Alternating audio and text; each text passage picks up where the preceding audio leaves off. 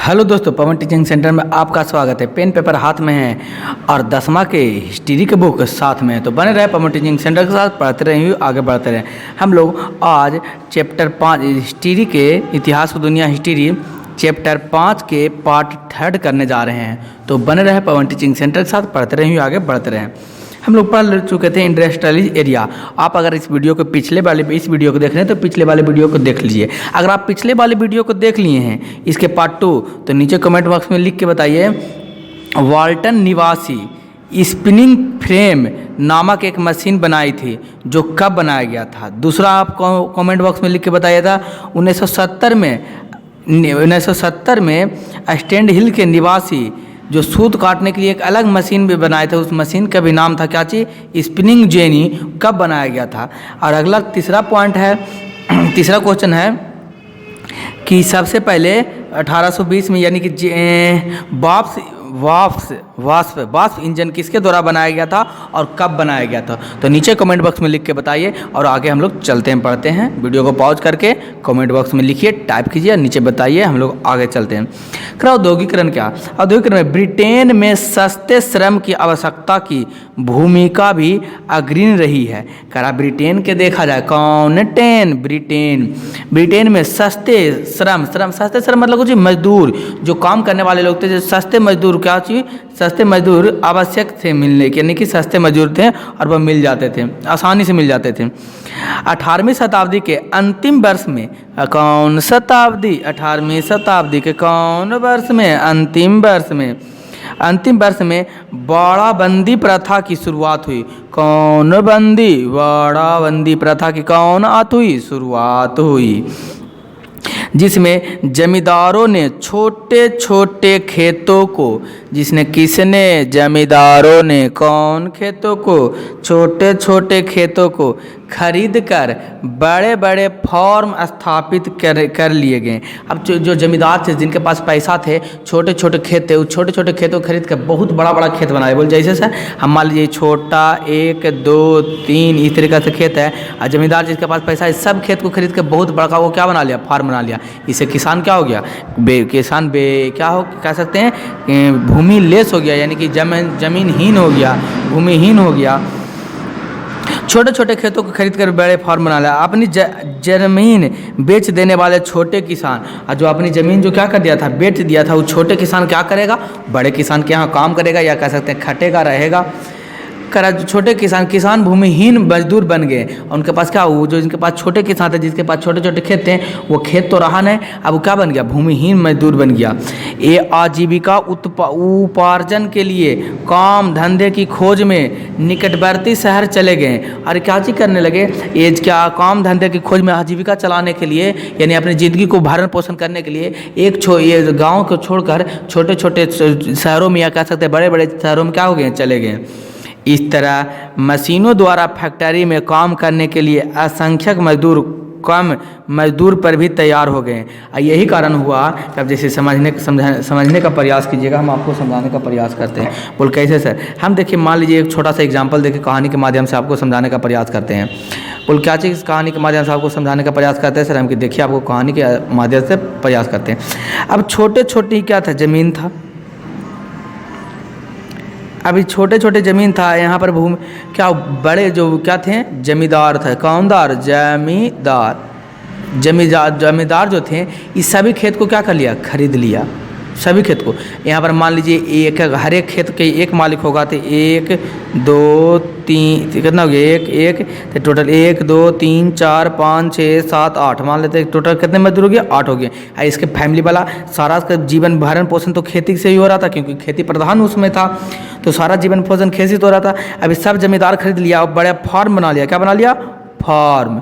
अब फार्म बनाने तभी जो आठों जो मजदूर, जो किसान जो थे, छोटे किसान थे, अब क्या बन गए, भूमिहीन बन गए, जमीनहीन भूमिहीन बन गए। यानी भूमिहीन का मतलब क्या होता है, इनके पास जमीन यानी कि भूमि नहीं था। अब इसके पास भूमि इनके पास नहीं था, जमीनहीन बन गए, भूमिहीन बन गए। अभी क्या करने लगे, अपने जीवन को, आजीविका को चलाने के लिए, भरण पोषण करने के लिए ये चल गए शहर, चले गए। कहाँ चले गए, शहर। और शहर में क्या था, शहर में तो पहले से ही पहले से जो मजदूर था, मजदूर जो था, उनको जो क्या निकाल दिया गया था, निकाल क्यों निकाल दिया गया था? क्योंकि श्रम जो मानव श्रम था, मनुष्य श्रम था, उसके जगह पर कौन ले लिया था? उसके जगह पर ले गया था मशीन, ले लिया था मशीन। कौन आ गया था? मशीन आ गया था। तो पहले से बेरोजगारी बैठ पड़ा हुआ था, अब ज़मीन बेच बेच कर इन लोग और चले गया शहर में, तब और क्या पहले से मान लो कि यहाँ पर 10 लोग क्या हो गए थे, बेरोजगार हो गए थे, फिर ये 8 लोग गया, तो टोटल कितने लोग हो गए? 18 लोग हो गए। अभी तो हम एग्जाम्पल के माध्यम से एक दे रहे हैं, हजारों की संख्या में, लाखों की संख्या में लोग भूमि बेच बेच कर क्या जा रहे थे? मशीन के। यहाँ पर मशीन हो गया था, अब मशीन मिलने लगा, मशीन से काम हो रहा था, मशीन से उत्पादन हो रहा था, तो मालिक को तो मजदूर रखने की आवश्यकता नहीं थे, मशीन से काम चला रहा था। तब यहाँ पर लोग रहने के लिए नहीं, अपने जीवन को चलाने के लिए अभी सस्ते दामों पर भी काम करने लगे। यानी कि पहले 500 रुपये, हम कल एग्जाम्पल देख समझाए थे फर्स्ट क्लास में, 500 रुपया जो मजदूरी ले रहे थे, अब वो 200 रुपया की मजदूरी पर, 300 रुपया की मजदूरी पर भी ये काम करने लगे। कहाँ? फैक्ट्री में। तो मजदूर का क्या सस्ता श्रम हो गया कि महंगा श्रम हो गया? सस्ता श्रम। सस्ता होने श्रम होने के कारण क्या होगा? गाँव के लोग जो ज़मीन बेचकर शहर चले गए, जिसके कारण और शहर के वाले लोगों को भी क्या होने लगे? दिक्कत होने लगे, तो और सस्ता हो गए, मजदूरी सस्ता हो गया।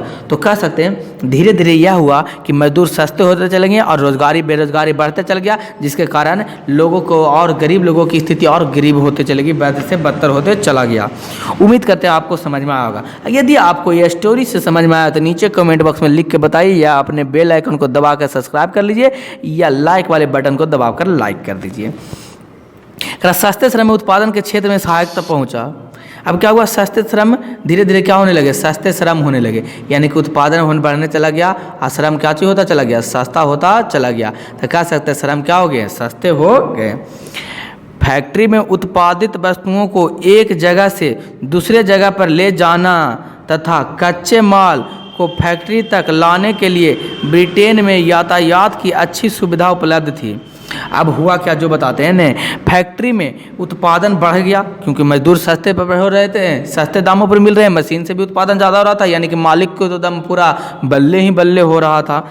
दूसरे जगह पर ले जाने से कच्चे माल फैक्ट्री तक लाने के लिए ब्रिटेन यातायात की अच्छी सुविधा उपलब्ध थी। और एक स्थान से जो सामान था, जो ब्रिटेन में जो मशीन था, मान लीजिए यहाँ पर मशीन है, यहाँ पर जो फैक्ट्री था, यहाँ से यहाँ ले जाने के लिए अच्छा रास्ता, यानी कि सड़क मार्ग रास्ता भी था, अच्छा मार्ग था, जिससे एक स्थान से दूसरे स्थान पर वस्तुओं को आसानी से ले जाया जा रहा था। कहाँ? ब्रिटेन की ही बात किया जाता, ब्रिटेन में ही ले जाया जा रहा था। रेल मार्ग शुरू होने से पहले नदियों एवं समुद्र के रास्ते व्यापार होता था। अब पहले जब रेल जो रास्ता नहीं था, उसके पहले जो व्यापार होता था नदियों, किस पर? नदियों पर जो व्यापार होता था, उस व्यापार में क्या चीज़ हो रहा था? व्यापार, उसमें व्यापार हो रहा था। तो कौन मार्ग से हो रहा था? नदियों और समुद्री मार्ग से हो रहा था। नदी पोत द्वारा लाया जाने वाला माल सरलता पूर्वक तटोलपोत अर्थात समुद्री जहाज़ों तक ले जाया जाता था। कर अब क्या होता था? अब कच्चा माल को लाया गया, अब किसी न किसी माध्यम से, देखिए अभी माल फैक्ट्री यहाँ पर है, किसान यहाँ हो रहा था, तो किसी न किसी माध्यम से कच्चा माल कहाँ ले जाता? समुद्री तट पर, यानी बंदरगाहों पर है। इसकी सहायता से समुद्र के रास्ते से, जहाज़ के समुद्री रास्ते से यहाँ पर क्या किया जाता था? ले जाया जाता था। जहाजीय उद्योग में यह विश्व में अग्रणी देश था और सभी देशों के सामानों का आयात निर्यात मुख्यतः ब्रिटेन व्यापारिक जहाजी बेड़ों से ही होता था। और समुद्र में किसका? समुद्र में था, समुद्री में था जो क्या थी, यहाँ पर मुख्य ब्रिटेन का व्यापारी था। समुद्र में जितना भी सामान आता था, सामान जाता था, सब सामान आने जाने के लिए क्या चीज़ के? व्यापारी होता था। व्यापारिक जहाज बड़े ही होते थे, और वहाँ पर किससे होता था? ये मात्र सिर्फ कह सकते हैं ये सिर्फ होता था ब्रिटेन के जहाज़ों द्वारा। एक सामान को एक स्थान से दूसरे स्थान तक लाना और ले जाना होता था ब्रिटेन के जहाज़ से ही होता था, जिसका आर्थिक लाभ औद्योगिकरण की गति को तीव्र करने से सहायक बना। जिसका औद्योगिकरण यही कारण हुआ कि ब्रिटेन के पास सुविधा था जहाज़ को एक स्थान से, जहाज़ के द्वारा माध्यम से एक स्थान से दूसरे स्थान तक क्या चलाना, एक देश से दूसरे देश तक ले जाने के लिए और लाने के लिए वस्तुओं के लिए जहाज़ी बेड़ा था। यही कारण हो सकता है कि औद्योगिकरण में भी वृद्धि हो गया। किसको? सबसे पहले औद्योगिकरण में वृद्धि किसको हुआ? ब्रिटेन को हुआ, क्योंकि इसके पास सारा सुविधा मुहैया था, जो इसकी सुविधा चाहिए था। जिसका आर्थिक लाभ औद्योगिकरण में तीव्र गति से पहुंचा। किसको पहुंचा? ब्रिटेन को पहुंचा आर्थिक लाभ। क्यों पहुंचा आर्थिक लाभ? क्योंकि यहाँ पर जो आने जाने, सड़क, काम, मजदूर, सभी चीज़ की आसानी से सुविधा मुहैया था। अगला करा कौन गला, अगला पॉइंट में कौन कारण? औद्योगिकरण। करा औद्योगिकरण की दिशा में ब्रिटेन द्वारा स्थापित विश्व उपनिवेशक ने भी योगदान दिया। पूरे विश्व के देखा जाए, विश्व के हिसाब से देखा जाए तो विश्व उपनिवेशन भी क्या दिया? योगदान दिया। उपनिवेशों से कच्चा माल सस्ते दामों से प्राप्त करना तथा उत्पादित वस्तुओं को वहाँ के बाज़ारों में महंगे दामों पर बेचना ब्रिटेन के लिए आसान था। अगर देखा जाए तो कच्चे माल सस्ते दामों पर प्राप्त करना तथा उत्पादित वस्तुओं को वहाँ के बाज़ारों में महंगे दामों पर बेचना। अब इसका ब्रिटेन का एक मुख्य काम था कि जो देख लीजिए क्यों सस्ते था, क्योंकि श्रम इसको सस्ता मिल रहा, उत्पादन जा रहा था, मजदूर भी मिल रहा आसानी से और काम भी ज़्यादा हो रहा है, कम भी उत्पादन करने में पैसा भी कम लग रहा था, यानी कि उत्पादन करने में सस्ता हो गया। अब बेचता था, ले जाके दूसरे देश में कौन दाम पर? महंगे दामों पर ही क्या क्या करता था? बेचा करता था, जिसके कारण दो प्रॉफिट होता था, सस्ते कामों पर काम करवाना और महंगे दामों पर बेचना। इसलिए ब्रिटेन के बहुत ज़्यादा ही उपलब्धि हो रहा था, यानी कि कहने का मतलब बहुत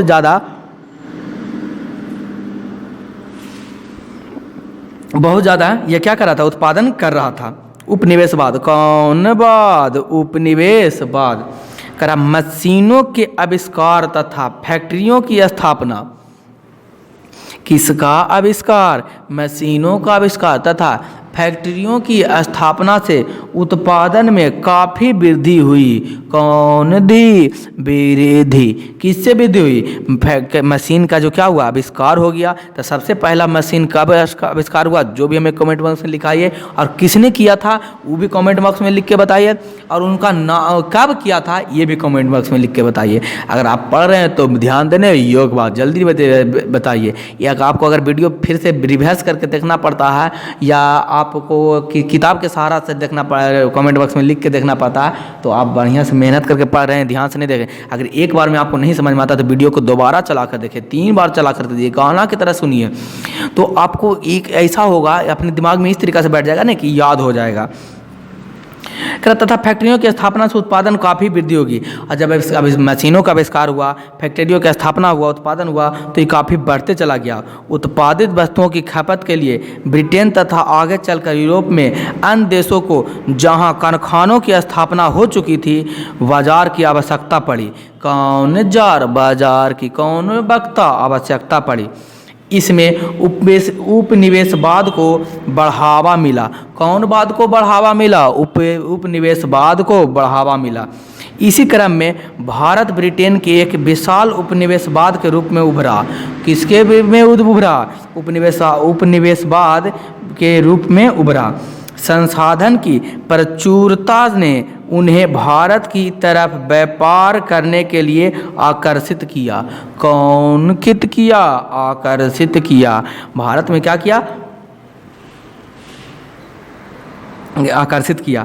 भारत सिर्फ प्राकृतिक एवं कृत्रिम संसाधनों के लिए ही संपन्न नहीं था, बल्कि उनका एक वृहद बाजार भी साबित हुआ। अब क्या किया? ब्रिटेन में जो उत्पादन ज़्यादा होने लगा, इसके लिए बेचने के लिए भी तो आवश्यकता चाहिए। अब भारत में कृत्रिम नहीं, भारत में संसाधनों की कमी तो नहीं थे, और उसके बावजूद यहाँ पर लोगों की भी कमी नहीं थी। और ज़्यादा लोग रहेंगे तो ज़्यादा सामान बिकेगा, जब ज़्यादा सामान बिकेगा तो ज़्यादा मुहैया होगा, ज़्यादा मुनाफा होगा। इसलिए एक बड़ा बाजार भी क्या था? वृहद मतलब बड़ा बाजार भी साबित हुआ। किसके लिए? ब्रिटेन के लिए। कौन? ब्रिटेन के लिए एक बड़ा बाजार भी साबित हुआ।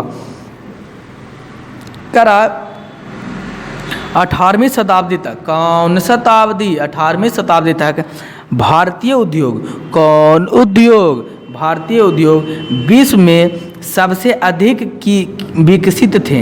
18वीं शताब्दी तक देखा जाए जो भारतीय उद्योग जो थे विश्व में सबसे अधिक विकसित थे। कौन सित थे? अधिक विकसित थे। भारत विश्व का सबसे बड़ा कार्यशाला था। जो भारत जो था विश्व के सबसे बड़ा कार्यशाला, कौन साला कार्यशाला है, मतलब यानी कि देखा जाए विश्व के हिसाब से देखा जाए नहीं तो भारत में लोगों की भी कमी नहीं थी, यानी कि वस्तु को खरीदने वाला की भी कमी नहीं, बेचने वाला की भी कमी नहीं, यहाँ काम करने वाला की भी, उत्पादनों को कराने वाला की भी कमी नहीं था। इसलिए बहुत बड़ा कार्यशाला थी, यानी कि कहाँ पर करने वाले लोगों की कमी नहीं थी, जो बहुत ही सुंदर एवं उपयोगी वस्तुओं का उत्पादन करता था। कौन सी वस्तुओं का उत्पादन करता था भारत? बहुत ही सुंदर सुंदर उपयोगी, जो इसमें उपयोग में लाया जाए ऐसे ऐसे वस्तुओं का उत्पादन करता था। कौन? भारत। जब तक मशीनों का आविष्कार नहीं हुआ था, भारतीय हस्तकला, कौन कला? हस्तकला, भारतीय हस्तकला। कब तक? जब तक मशीनों का आविष्कार नहीं हो चुका था। शिल्प उद्योग तथा व्यापार पर ब्रिटिश नियंत्रण कायम था। कौन नियंत्रण? ब्रिटिश नियंत्रण था। ये पूरा रूप से इसके कामों काज पर जब तक स्वतंत्र नहीं हुआ था, जो भी रूल नियम बनता था, व्यापार का नियम का जो बनाने का नियम था, बेचने का नियम था, सारा ब्रिटिश के साथ था। अब मेन व्यापार का केंद्र बना था कौन? ब्रिटिश। तो क्या चाहेगा कि भारत को विकसित करे, भारत की कंपनियां विकसित करे? नहीं चाहेगा। किसकी कंपनियां विकसित करेगा? ब्रिटेन। क्या चाहेगा? ब्रिटेन चाहेगा कि ब्रिटेन की कंपनियां विकसित करें। इसलिए भारत के बिजनेसमैनों को, यानी कि भारत के उद्योगों को, ये औद्योगिकरण को रोके रहा, क्योंकि इसलिए कि विदेश का जो ब्रिटेन का जो कंपनी है जो वृद्धि करे, इसका व्यापार आगे चलकर बड़ा होवे। शिल्पकारों को दी जाने वाली मजदूरी इतनी कम थी कि कई बार उन्हें न्यूनतम जीवन निर्वहन योग मजदूरी भी नहीं दिया जाता था। और यहाँ के शिल्पकारों को कंपनी में खटाने के लिए इतने कम पैसे दिए जाते थे, इतने कम पैसे दिया जाता था कि उसके लिए भोजन के लिए भी, यानी कि पूरा महीना का भोजन भी नहीं चल सकता, जितने कम पैसे दिए जाते थे। और वह मजबूर थे, क्योंकि बेरोजगारी इतनी अपने चरमों करता था, बेरोजगारी बढ़ता ही चला जा रहा था, क्योंकि यहाँ पर लोगों की संख्या ज़्यादा था। आज भी क्या भारत में आज भी बेरोजगारी की कमी नहीं है, क्योंकि लोगों की संख्या क्या है? ज़्यादा है। यही कारण कि बड़ा क्या है, विश्व के एक बड़ा मजदूर देश बन के सामने आ रहा है। कौन? भारत आ रहा है। कह सकते हैं कि यहाँ पर एक बहुत बड़ा बाजार बन के आ रहा है, विश्व के लिए बड़ा बाजार है। इसलिए देखते हैं चाइना, अमेरिका, ब्रिटेन, सब जापान, सभी के कंपनियाँ आके भारत में खोलना चाहते हैं, क्योंकि लोग ज़्यादा तो यूज़ ज़्यादा करेंगे, यूज़ ज़्यादा करेंगे तो उन लोगों को मुनाफा ज़्यादा होगा, खरीदेंगे वस्तु ज़्यादा तो मुनाफा ज़्यादा होगा। इसलिए वो अपना कंपनी यहाँ पर सस्ते भी दामों पर बेच सकते हैं। क्यों? क्योंकि उनको मुनाफा फिर भी बहुत ज़्यादा हो रहा है। अंग्रेजी व्यापारी एजेंट की मदद से यहाँ के कारीगरों को पेशगी रकम देकर उन्हें उत्पादन करवाते थे। अंग्रेजी व्यापारी एजेंट की मदद से, यानी कि जो एजेंट हुआ था अंग्रेज के जो होते थे, ब्रिटेन के जो अंग्रेज हुआ करते थे, वहाँ के जो अधिकारी हुए करते थे, वो अधिकारियों की मदद से यहाँ के लोगों को कम पैसे पर भी काम करवाने में रख लेते थे और करवाते थे। ये एजेंट गुमासत, क्या गुमासत कहलाते थे? कौन सत? गुमासत। कौन देने योग बात, ध्यान देने योग बात। अब क्वेश्चन कहेगा अंग्रेज के व्यापारी एजेंट को क्या कहा जाता था? तो अंग्रेज के व्यापारी एजेंट को गुमासता कहा जाता है। ये गुमास्ता शिल्पकारों से सामान भी मनमाने दामों पर खरीदते थे। ये शिल्पकारों से बनवाते भी थे कम दामों पर, मनमाने दामों पर खरीदते, जितना में इच्छा हो। जैसे आप अगर गांव ग्रामीण इलाके को होंगे तो आप कृषि करते होंगे, तो कृषि के वस्तु जो उपजता होगा, जो अनाज उपजता होगा, आता होगा व्यापार अपने मनमानी दामों पर लेके जाता होगा। कहता है इतना में देना है तो दीजिए, नहीं तो हमको पोस नहीं पड़ रहा है, भाड़ा ज़्यादा हो रहा है, ये ज़्यादा हो रहा है, वो, यानी कि 50 को बहाना बनाकर क्या करते थे, वो अपने काम करवा लेते थे। और उनका निर्यात इंग्लैंड, कौन लैंड? इंग्लैंड। और उनका निर्यात कहाँ करते थे? इंग्लैंड में किया करते थे। सन 1813 ईस्वी में, कब की बात है? सन 1813 ईस्वी में ब्रिटेन संसद द्वारा पारित चार्टर एक्ट, कौन एक्ट? ध्यान देने योग बात। आपसे क्वेश्चन पूछेगा चार्टर एक्ट ब्रिटेन संसद द्वारा कब पारित किया गया? 1813 ईस्वी में। कौन ईस्वी में? 1813 ईस्वी में। कौन act? Charter act. Charter act क्या? व्यापार पर इस ईस्ट इंडिया कंपनी का एकाधिपन समाप्त कर दिया गया और स्वतंत्र व्यापार नीति का मार्ग प्रस्तावित किया।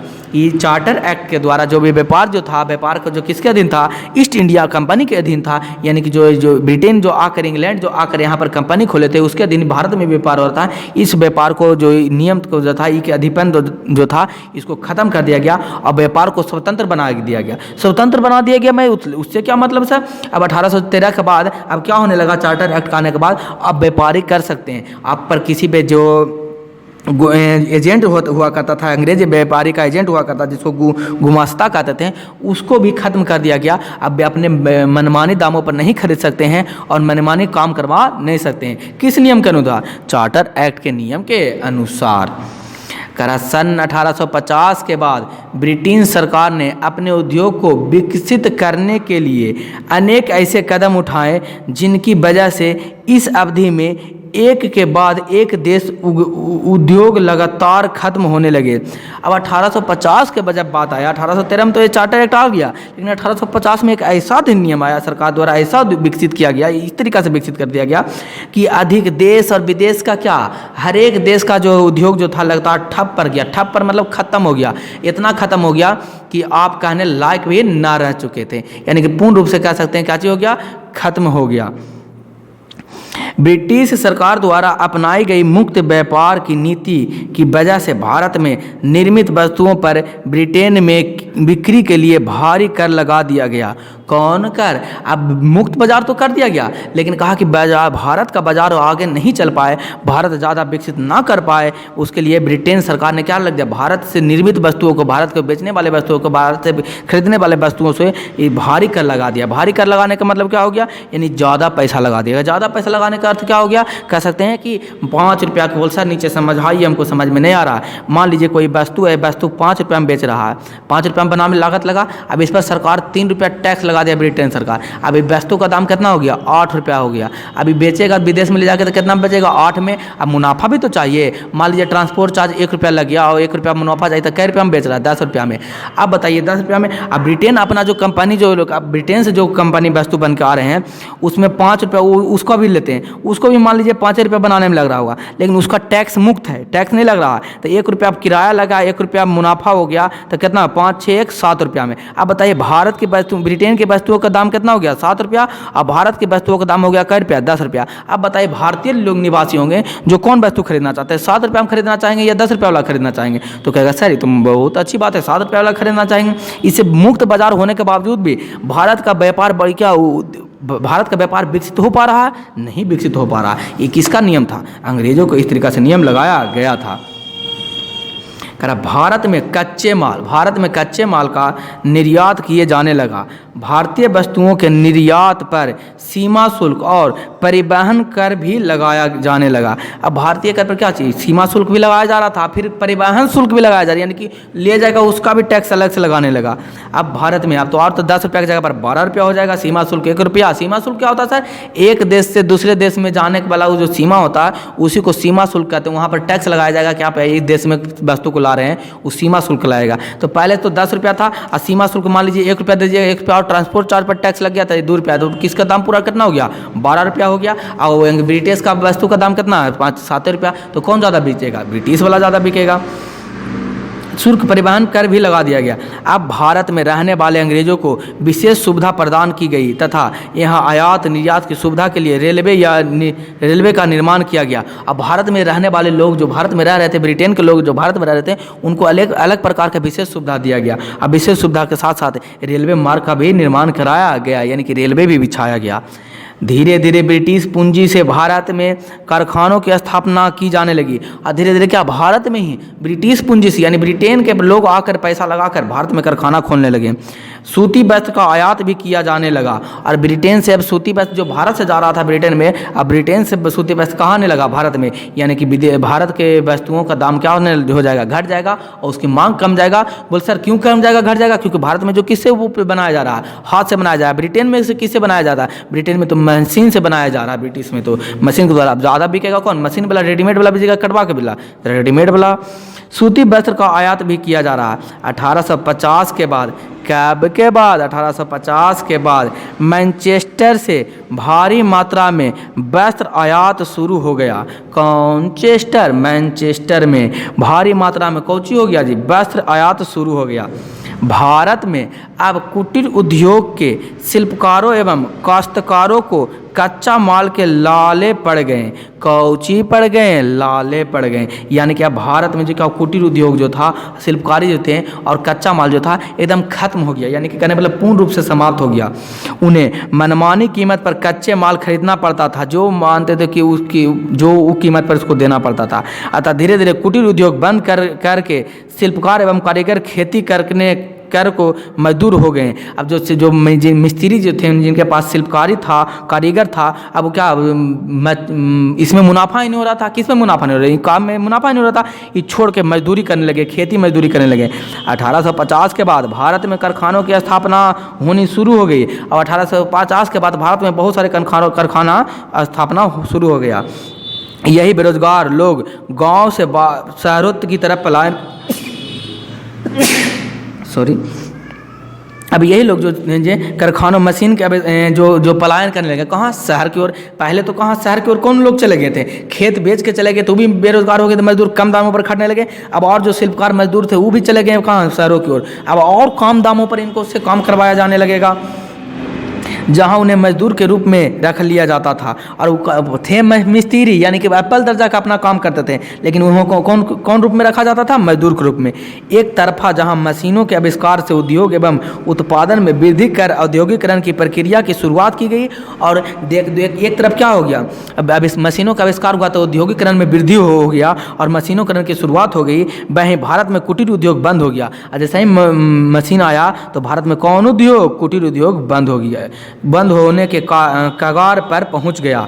भारतीय इतिहासकारों ने इसे भारत के उद्योग के लिए निरुद्योगीकरण के संज्ञा दी। अब क्या हो गया? विदेश के लिए तो उद्योगीकरण हो गया, अब भारत के क्या हो गया? निरुद्योगीकरण, यानी कि यहाँ पर क्या हो गया? खत्म हो गया, व्यापार खत्म हो गया, यानी कि समाप्त हो गया। दोस्तों आज भर इतना ही रह देते हैं। अगर वीडियो का आपको अच्छा लगा तो लाइक और शेयर सब्सक्राइब करना ना भूले। बने रहे पवन टीचिंग सेंटर के साथ। अंत में मैं आपको यही कहूँगा, छोटे को प्यार करें, बड़े को सम्मान करें, अपना व्यक्तित्व इस तरीके से कायम रखें कि आपके साथ रह रही स्त्री भी सुरक्षित महसूस कर सके। तो बने रहे पवन टीचिंग सेंटर के साथ, पढ़ते रहें, आगे बढ़ते रहें। अंत तक आपका वीडियो देखने के लिए धन्यवाद।